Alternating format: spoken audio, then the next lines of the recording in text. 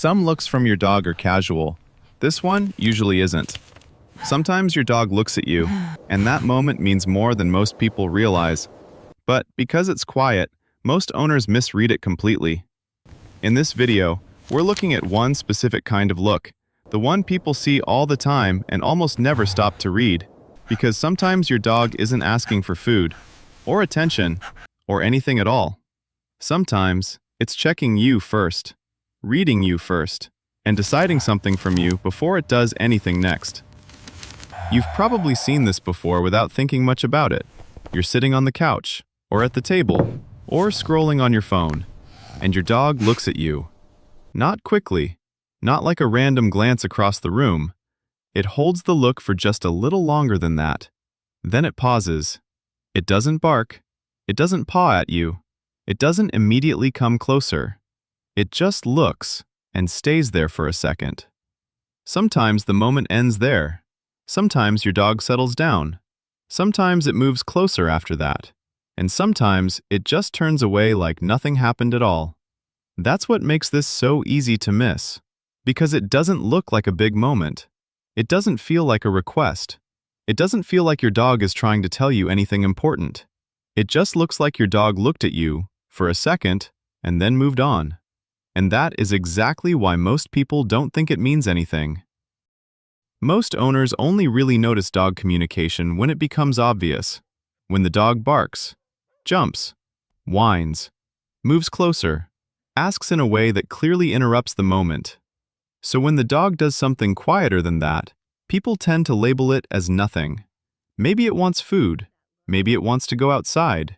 Maybe it was just looking around. Maybe it was just staring in your direction. And because the moment is so small, most people don't stay with it long enough to see what kind of moment it actually was. They just let it pass. That's the important part. Not that people are ignoring something dramatic, but that this kind of look doesn't seem dramatic enough to deserve attention, so it gets filed away as random, meaningless, background behavior. But what makes this moment important is not the look itself, it's what the dog is doing inside the look. A lot of the time, this kind of look is not a request, at least not yet. It's not your dog asking for food, not asking to go outside, not asking to play. It's a check-in, a reading moment, a soft opening. Your dog is not fully stepping into interaction yet. It's checking the space first, checking you first. That matters more than most people realize, because dogs do not always begin with demand. A lot of them begin with information. They look, they pause, they read the moment, and only then do they decide what comes next. This is one of the quietest forms of communication dogs use all the time, not because they are trying to be mysterious, but because this is how many dogs start. They don't begin by pushing into the moment. They begin by testing whether the moment is open to them. And that's what makes this kind of look different from a casual glance. A casual glance passes through you. This look lands on you. It stays for a beat. It waits. Not long, just long enough to gather something. Sometimes your dog is not asking for your attention yet. It's checking whether the moment is open to it. And that is where this starts meaning more than people think. Because now the look is not only about what your dog wants, it's also about what your dog is reading in you. So what is your dog actually reading? Not your thoughts, not your words, not some complicated human meaning. It's reading your availability, your tension, your presence, your direction. Whether you feel open or closed, whether your attention feels reachable or somewhere else completely. Dogs are constantly reading the emotional shape of a moment. They read where your body is pointed, whether your face softens, whether your eyes land back on them, whether the energy around you feels settled enough to step into. That is the part most people miss. Your dog is not only looking at you, it is checking what kind of moment you feel like. And this is why the same dog can give the same kind of look in very different ways depending on the moment. If you're calm and open, the look may be brief. Your dog checks, gets the answer it needs, and moves closer. If you feel distracted or shut off, the look may hold longer. Not because the dog is more needy, but because the moment feels less clear. The dog is gathering more information before deciding what to do. That's why this look matters. It tells you that your dog is not just reacting to what is happening around it. It is reacting to what kind of moment you feel like right now. That look is often less about what your dog wants and more about whether the moment feels reachable. And this is where the whole thing gets interesting. Because the look is not the whole moment. The look is the point where the moment can go in different directions. Your dog looks at you. Then it decides. Maybe it moves closer. Maybe it relaxes. Maybe it puts its head down. Maybe it stays where it is. Maybe it leaves the moment completely. From the outside, people usually only notice the outcome. The dog came closer. The dog didn't. The dog walked away. The dog stayed. But what most people don't notice is that the decision often happened before any of that. It happened inside that first look. That was the reading point. That was the moment where your dog was checking whether to continue. And that changes the whole meaning of what you're seeing. Because now the look is not just a look. It is the branch point. The point where your dog decides whether this becomes connection, waiting, settling, or withdrawal. That is a much bigger meaning than most people attach to something so small.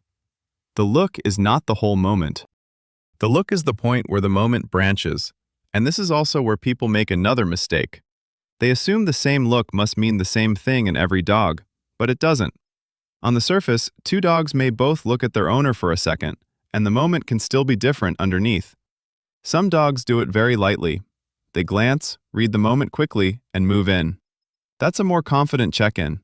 The dog is used to the interaction. The dog expects the moment to feel readable. Other dogs hold the look longer. They pause more clearly. They wait before deciding. That doesn't always mean insecurity. Sometimes it just means the dog is more careful, more observant, or more dependent on clarity before it moves closer. And then there's another version. The dog looks, pauses, gets what it needs from the moment, and then lets it go. It doesn't move closer. It doesn't ask louder. It just turns away or settles on its own. That version is especially easy to misunderstand, because people assume nothing happened. But something did happen. The dog checked, read, decided, and moved on. So even when the look appears similar, what happens after it tells you what kind of moment your dog thought it was in. That's why the same behavior can feel very different from one dog to another, and even from one moment to another with the same dog. Part of what makes this signal so important is exactly what makes it invisible. It doesn't force itself into your awareness. It doesn't create noise. It doesn't create urgency. It doesn't come with a clear label. It's not dramatic enough to feel like an event. And that means it often disappears before people ever register that something happened. That's true of a lot of meaningful dog behavior. The quieter the beginning is, the easier it is to mistake it for nothing. And this one is especially easy to miss because it does not always lead to something obvious right away. Sometimes the dog looks and then just stays there. Sometimes it looks and settles. Sometimes it looks and leaves. So from the human side, it can feel like there was no payoff, nothing happened. But there was payoff. You just weren't looking for it in the right place. The payoff wasn't the action, it was the read. It was the decision. It was the tiny shift in what your dog chose to do next because of what it saw in you. That is why this kind of look is one of the easiest things to miss and one of the most useful things to understand. Once you start seeing this look clearly, you start seeing something bigger too. You start noticing that communication does not begin when the dog gets obvious. It often begins earlier than that. In a look, a pause, a check, a quiet read of the moment before the dog decides how to enter it. And that changes the way you understand so many small interactions. Because now your dog is not just being cute, not just being random, not just staring at you for no reason. It is orienting to you, using you, reading you as part of what comes next. And that is one of the most important things to understand about dogs. They do not only move through the world based on objects, routines, and commands, they also move through moments based on how those moments feel. And very often, you are a huge part of that feeling. That is why this look matters. Because sometimes the smallest look is the beginning of everything that follows. Not every look from your dog means something deep. Sometimes it really is just a glance. Sometimes it really is nothing. But sometimes that look is a quiet check-in before anything else happens. A moment where your dog reads you, reads the space, reads the feeling of the moment before deciding what to do next. And once you understand that, you stop seeing this as just a look. You start seeing it as one of the first places where connection actually begins. Before many dogs move closer, ask louder, or give up on the moment, they look first. And one of the clearest places this shows up is when your dog doesn't move closer at all. It just stays near you and waits. Because sometimes your dog isn't asking. It's waiting to see if the moment is worth entering.